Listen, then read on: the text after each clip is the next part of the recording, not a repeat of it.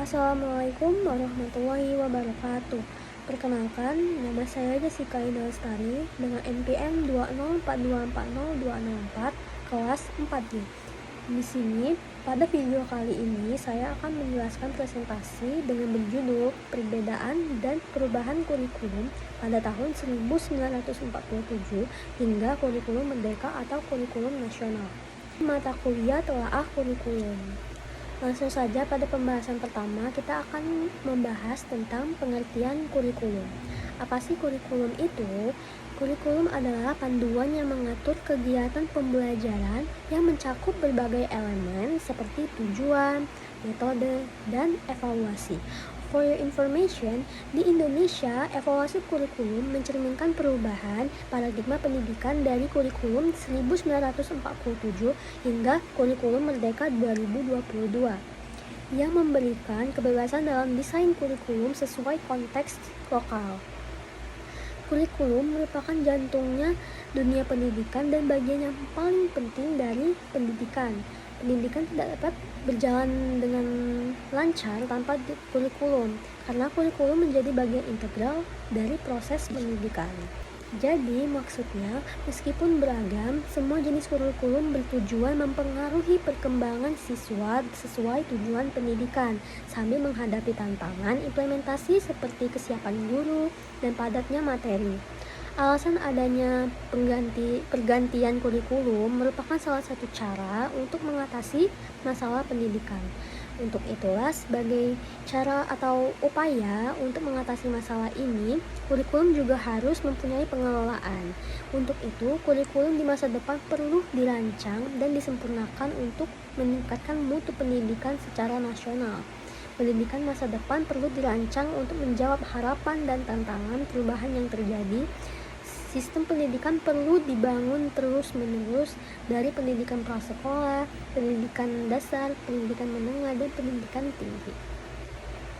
Di slide selanjutnya itu ada kurikulum pada tahun 1947.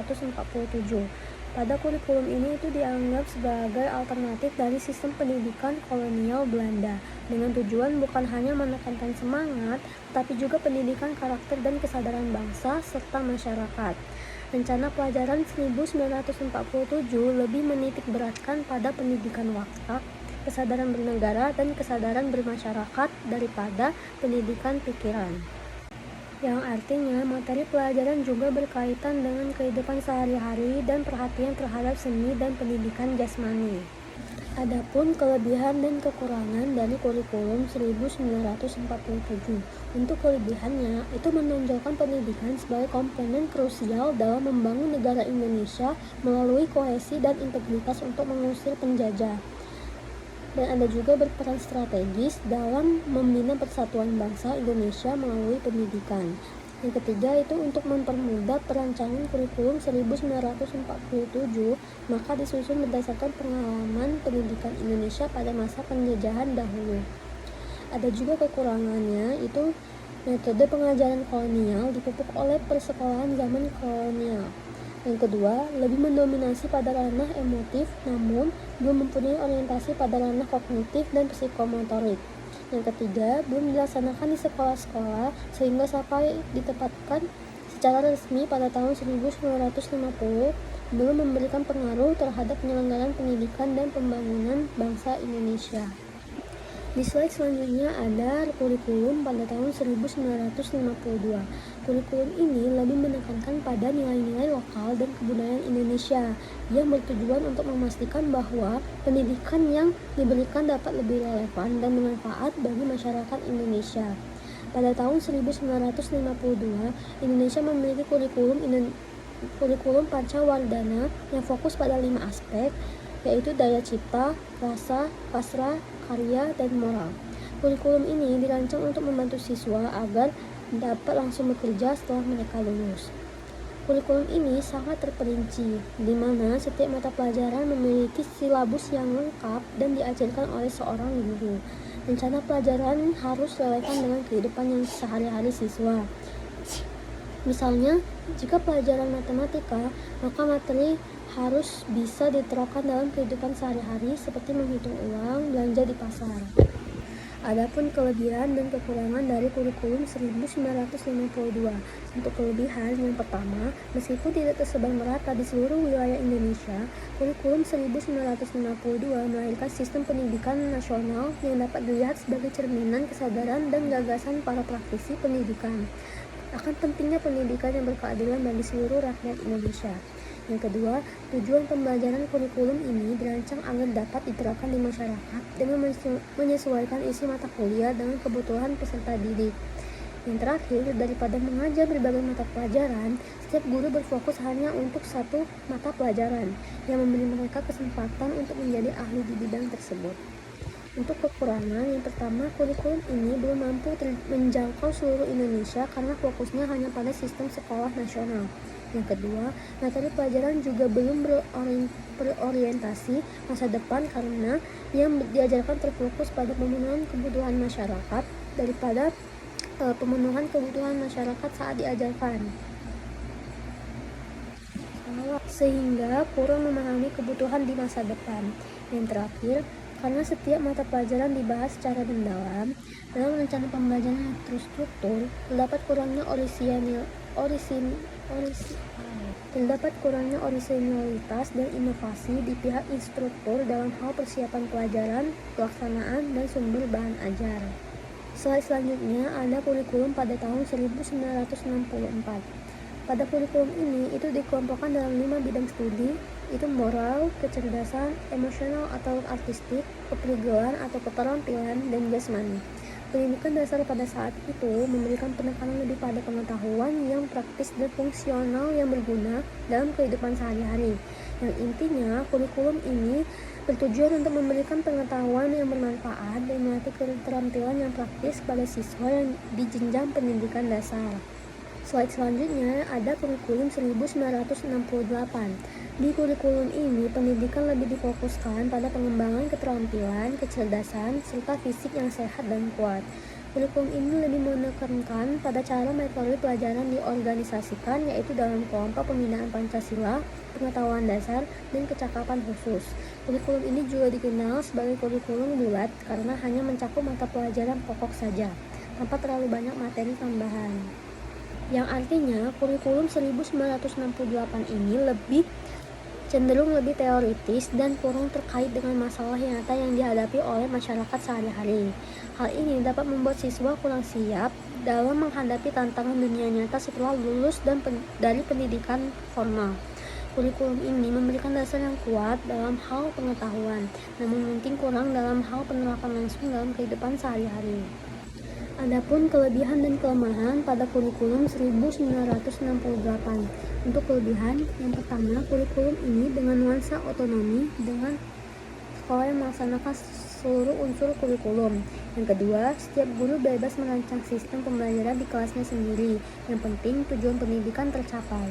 Ketiga, dalam rangka pembuatan kurikulum ini bertujuan untuk mendorong tumbuhnya inovasi dan persaingan kompetitif antar daerah, sekolah, dan pengajar. Terakhir, kurikulum ini memberikan kesempatan pada siswa untuk melanjutkan pendidikan lebih lanjut setelah lulus SMA. Untuk kekurangan, itu meskipun keterampilan dipelajari, namun kurikulum ini kurang memberikan penekanan pada pembelajaran praktik.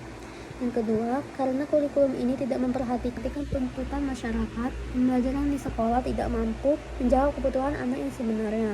Yang terakhir, kurikulum ini masih dipengaruhi oleh faktor politik sehingga tidak dapat didasarkan pada kebutuhan siswa tertentu. Next slide, itu ada kurikulum 1975. Pada kurikulum ini, itu dipengaruhi oleh manajemen yang disebut MBO, Management by Objective, yang populer pada saat itu. Metode, materi, dan tujuan pengajaran itu diuraikan dalam prosedur pengembangan sistem instruksional atau PPSI yang dikenal dengan istilah satuan pelajaran. Satuan pelajaran ini merupakan rencana pelajaran untuk setiap topik pembelajaran. Setiap satuan pelajaran dipecah menjadi tujuan instruksional umum atau TIU, tujuan instruksional khusus TIK, materi pelajaran, alat pelajaran, kegiatan belajar mengajar, dan evaluasi. Kurikulum ini menekankan pada tujuan agar pendidikan lebih efektif dan efisien. Dengan latar belakang lahirnya kurikulum ini adalah pengaruh konsep di bidang manajemen, yaitu manajemen by objective yang terkenal saat itu. Selanjutnya ada kurikulum 1984. Di kurikulum ini adalah hasil penyempurnaan dari kurikulum 1975. Kurikulum ini juga siswa ditempatkan pada sebagai subjek belajar yang aktif. Mereka belajar dengan cara menghormati, mengamati, mengelompokkan, berbicara, dan melaporkan. Kurikulum ini juga menekankan pentingnya keseimbangan antara pemahaman, keterampilan, dan sikap serta antara teori dan praktik. Adalah membantu siswa mencapai pendidikan yang lebih baik. Salah satu konsep yang dimasukkan dalam kurikulum ini adalah cara belajar siswa aktif atau CBSA. CBSA ini pendekatan pembelajaran yang menekankan keaktifan siswa dalam proses belajar, yang berarti siswa tidak hanya menerima informasi, tetapi juga terlibat aktif dalam kegiatan belajar.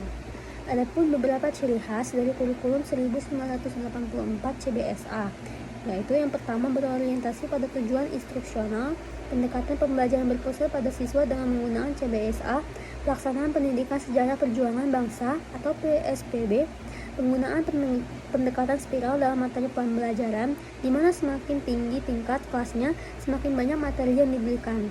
Yang terakhir, menanamkan pemahaman sebelum melakukan latihan, sehingga siswa benar-benar memahami konsep sebelum melatihnya. Dalam kurikulum ini, alat peraga juga digunakan untuk membantu siswa dalam proses belajar, yang bertujuan untuk membuat pembelajaran lebih interaktif dan menarik bagi siswa. Slide selanjutnya ada kurikulum 1994 dan 1999. Ada juga ciri khas dari kurikulum 1994, yaitu pembagian pembelajaran dari sistem kategorisasi. Fokus pada materi pembelajaran yang padat, satu sistem kurikulum untuk semua siswa di Indonesia, dan penggunaan kurikulum inti yang memungkinkan daerah untuk membuat pengajaran mereka sendiri sesuai dengan kebutuhan masyarakat setempat. Slide selanjutnya ada kurikulum 2024. Yang ada salah satu ciri dari kurikulum ini adalah menekankan ketercapaian kemampuan siswa baik secara individual maupun klasikal. Kurikulum ini juga berfokus pada keberagaman dan hasil belajar. Pembelajaran dalam KBK dilakukan dengan berbagai metode dan pendekatan yang berbeda-beda. Sumber belajar dalam KBK tidak hanya berasal dari guru, tetapi juga dari sumber belajar tambahan yang memenuhi unsur edukatif, yang dimana penilaian dalam KBK pendekatan pada proses dan hasil belajar sebagai upaya untuk menguasai atau mencapai suatu kompetensi. Slide selanjutnya ada kurikulum pada tahun 2006. Kurikulum ini awalnya mengalami uji coba teratas hingga kurikulum ini awalnya mengalami uji coba terbatas hingga awal tahun 2006. Ketika uji coba tersebut dihentikan, kemudian dengan diterbitkannya Peraturan Menteri Pendidikan Nasional atau Permendiknas Nomor 24 Tahun 2006 yang mengatur implementasi Permendiknas Nomor 22 Tahun 2006 tentang standar kelulusan. Muncul kurikulum ini yang pada dasarnya mirip dengan kurikulum 2004, yang perbedaannya itu terletak pada proses penyusunannya yang lebih mengedepankan desentralisasi dalam sistem pendidikan. Slide selanjutnya ada kurikulum 2013 atau K13. Ada hal penting dalam kurikulum 2013 adalah bahwa siswa didorong untuk aktif dalam mencari, memproses, membangun, dan menggunakan pengetahuan. Ini berarti siswa hanya tidak menerima informasi dari guru, tetapi juga terlibat aktif dalam proses pembelajaran. Kurikulum ini didesain untuk mencapai tujuan pembelajaran dengan materi dan bahan ajar yang sesuai. Pembelajaran didasarkan pada standar kompetensi lulusan yang membantu pendidik dalam menilai hasil belajar siswa. Kurikulum Merdeka tahun 2022. Kurikulum ini upaya pemerintah untuk memberikan kebebasan kepada sekolah dalam merancang kurikulum merdeka dengan kebutuhan peserta didik di tengah perubahan global yang cepat. Kurikulum ini juga fokus pada pengembangan kompetensi dasar keterampilan abad 21 seperti kreativitas, pemecahan masalah, berpikir kritis, dan kolaborasi. Dengan memberikan kebebasan kepada sekolah, diharapkan mereka bisa menyesuaikan kurikulum dengan kebutuhan lokal dan karakteristik yang baik. Yang dimana artinya kurikulum merdeka memberikan kemerdekaan pada guru dan kepala sekolah dalam menyusun, mengembangkan dan melaksanakan kurikulum berdasarkan potensi, kebutuhan peserta didik dan sekolah.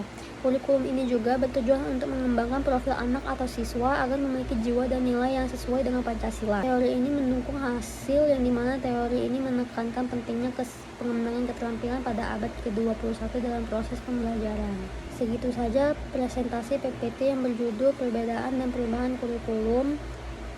Adapun kesimpulan dari presentasi ini itu adanya kurikulum akan membantu dalam pelaksanaan pendidikan yang sesuai dengan keadaan zaman. Kurikulum merupakan panduan atau rencana pembelajaran yang digunakan di sekolah untuk mengatur proses pendidikan. Di Indonesia, kurikulum mengalami konversi yang teruslah berlangsung seiring dengan kebutuhan masyarakat. Konsep kurikulum bersifat dinamis karena dapat dirubah untuk menyesuaikan dalam keadaan zaman, perubahan masyarakat, perubahan minat, dan kebutuhan siswa, serta tuntutan masyarakat, ilmu pengetahuan, dan teknologi.